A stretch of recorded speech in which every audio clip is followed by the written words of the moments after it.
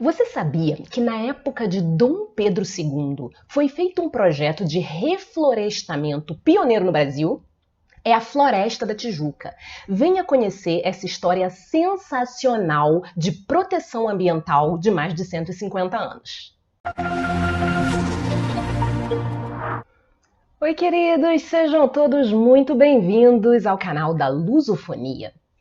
E hoje eu vou pagar uma dívida que eu tenho aqui com o pessoal do canal, que quando eu lancei meu livro, eu fiz uma série de vários lugares do Rio de Janeiro por onde passa a história e eu fiquei devendo a Floresta da Tijuca. Porque agora muitos de vocês já leram o livro, então eu acho que vai ser legal para a gente tentar também compartilhar e dar vontade para aqueles aí que ainda não leram de conhecer esses lugares.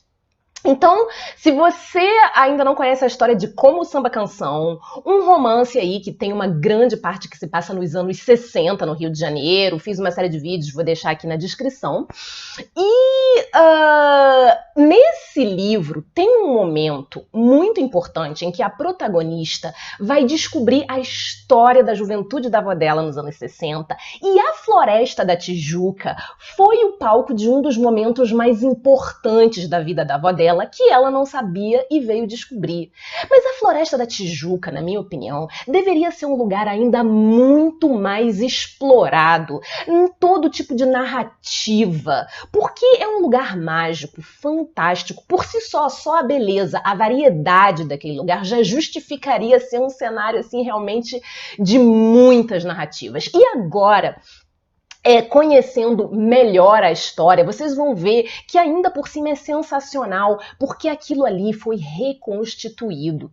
É uma das coisas mais lindas. Eu já conhecia essa história, mas relendo aqui para fazer o vídeo, chego a ficar arrepiada, emocionada com esse empreendimento humano da Floresta da Tijuca. Aparecem várias outras histórias, né? Como, por exemplo, o Alberto Mussa, no Senhor do Lado Esquerdo, traz ali a Floresta da Tijuca.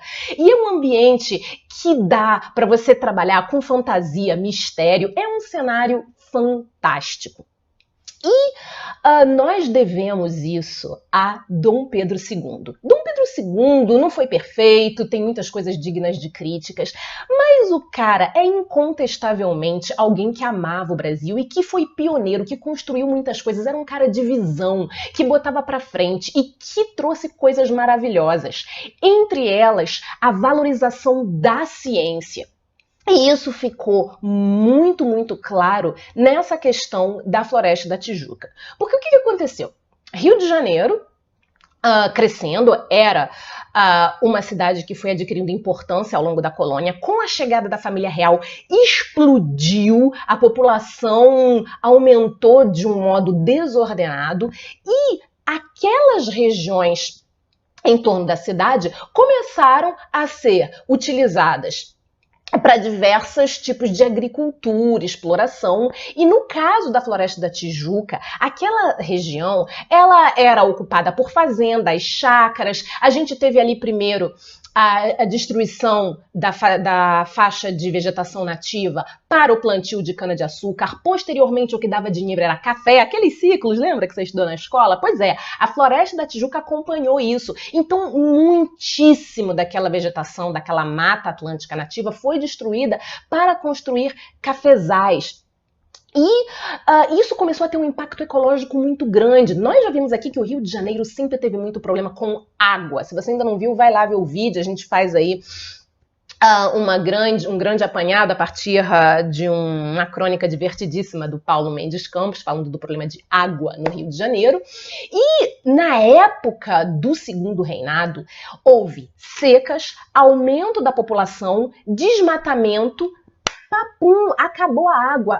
O Rio de Janeiro ficou com uma crise hídrica muito séria. A gente sempre tem, continua, não acabou o problema, mas naquela época também isso já existia. E aí, Dom Pedro II se preocupou em resolver o problema. E como? Conversando, falando com o conhecimento científico que se tinha na época e chegaram à conclusão que havia necessidade de recuperar o local, os mananciais que davam água para a cidade, porque sem a vegetação nativa ali, da parte da Floresta da Tijuca, as nascentes secavam, então não dava para aguentar a demanda de água que tinha na cidade. Então, Dom Pedro II decidiu partir, em 1861, para o projeto, pessoal, de reconstituição, reflorestamento. Desapropriaram chácaras, fazendas, para partir para esse projeto, que foi fantástico.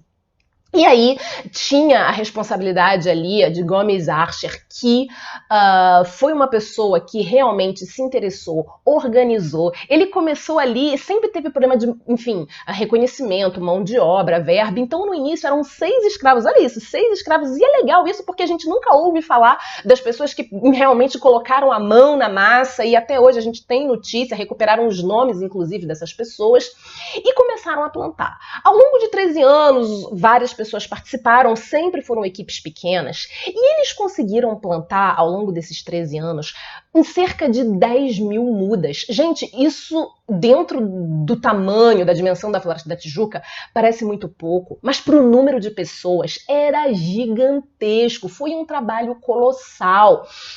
E eles plantaram realmente com o objetivo de devolver o que tinha sido destruído. Então usaram a vegetação que tinha ali na região, pegando de outros lugares, trazendo.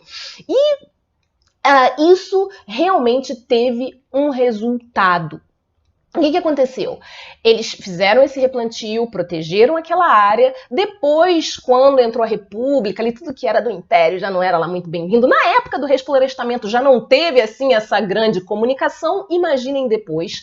E o parque entrou em um estado realmente de abandono. Mas nesse momento é que a natureza recuperou. Por quê? Porque aquilo que foi plantado, a natureza se reconstituiu de forma natural. Porque hoje, essas árvores, essas plantas que foram reconstituídas, representam uma porcentagem muito pequena. Mas foi essa ação que impediu que tudo fosse destruído, e hoje a gente não teria mais nada dessa vegetação. O Rio de Janeiro, que é tão famoso por essa convivência da cidade com a natureza, não teria esses cartões postais se esse projeto não tivesse começado e permitido essa regeneração. Não foi perfeito, houve realmente uma preocupação com a questão da vegetação, mas os animais não voltaram todos. Agora, recentemente, estão fazendo aí projetos para trazer de volta, principalmente cutias, que elas conseguem plantar, elas cavam e colocam lá a sementinha, depois esquece, depois não sabe mais o que é, e aí árvores vêm daí. Então, há projetos, mas o principal é esse fenômeno de sucesso, de reflorestamento há 150 anos atrás. É uma coisa fantástica e que a gente tem que reconhecer e bater palma. Posteriormente, já na era Vargas, nos anos 40, houve uma preocupação de recuperar esse lugar. E aí a gente tinha ali uma preocupação com o lazer, de trazer as pessoas, fazer os cariocas participarem da Floresta da Tijuca, visitarem, então com restaurantes, com locais de lazer para a família. E é aí que entra o Como Samba Canção, a avó da Lia, que no início dos anos 60 foi fazer ali um passeio que marcou a vida dela na Floresta da Tijuca, com aquela paisagem realmente de cinema. E antes mesmo disso, já em 1931, colocaram o quê? A estátua do Cristo, que é o símbolo turístico maior, mais conhecido internacionalmente do Rio de Janeiro. E é isso que faz o Parque Nacional da Tijuca ser o mais visitado do Brasil. Todo mundo conhece. Então você que não é do Rio de Janeiro, talvez não soubesse que o Cristo Redentor fica no Parque da Tijuca, na Floresta da Tijuca. E, posteriormente, foi tendo realmente uma revalorização, o carioca participa, ele frequenta, os visitantes, e é um lugar realmente que, para uma narrativa, é sem igual. E é sensacional a gente vê como foi visionário esse projeto de replantar, de reflorestar. Então, é um lugar que, se você ainda não foi, vá. Se você gosta de turismo de aventura, tem muita opção. Se você gosta de uma coisa mais tranquila, vá. Tem muitas oportunidades. Se você é aquele cara que gosta de trilha pesada, tem o Bico do Papagaio, tem O Pico da Tijuca, que é super alto, tem que ir com bastante disposição, mas tem trilhas leves, vale muito a pena. Além do que, você tem a Vista Chinesa, você tem a Mesa do Imperador, vários locais para visitar e, por que não, levar um bom livro que se passe no Rio de Janeiro e ler um trechinho na Floresta da Tijuca. Eu gostaria agora que você me dissesse, você já leu algum livro que se passa, que tem pelo menos parte do cenário na Floresta da Tijuca? Eu estava procurando, não achei muita coisa, mas eu tenho certeza que tem muito mais. Conte pra mim, deixa aqui nos comentários, eu vou adorar descobrir isso. É isso aí, pessoal. Agora, a próxima vez que vocês virem aí um filme ali com Cristo Redentor, vocês já sabem da importância desse reflorestamento e desse projeto que foi realmente provocado e que salvou aquela região. Hoje em dia, a gente vê, claro, outras coisas que vieram que não é apenas a vegetação nativa, mas você tem uma convivência com parte do que nunca deveria ter sido destruído. Muito obrigada e a gente se vê na próxima semana. Se inscreva no canal. Tchau, tchau, pessoal!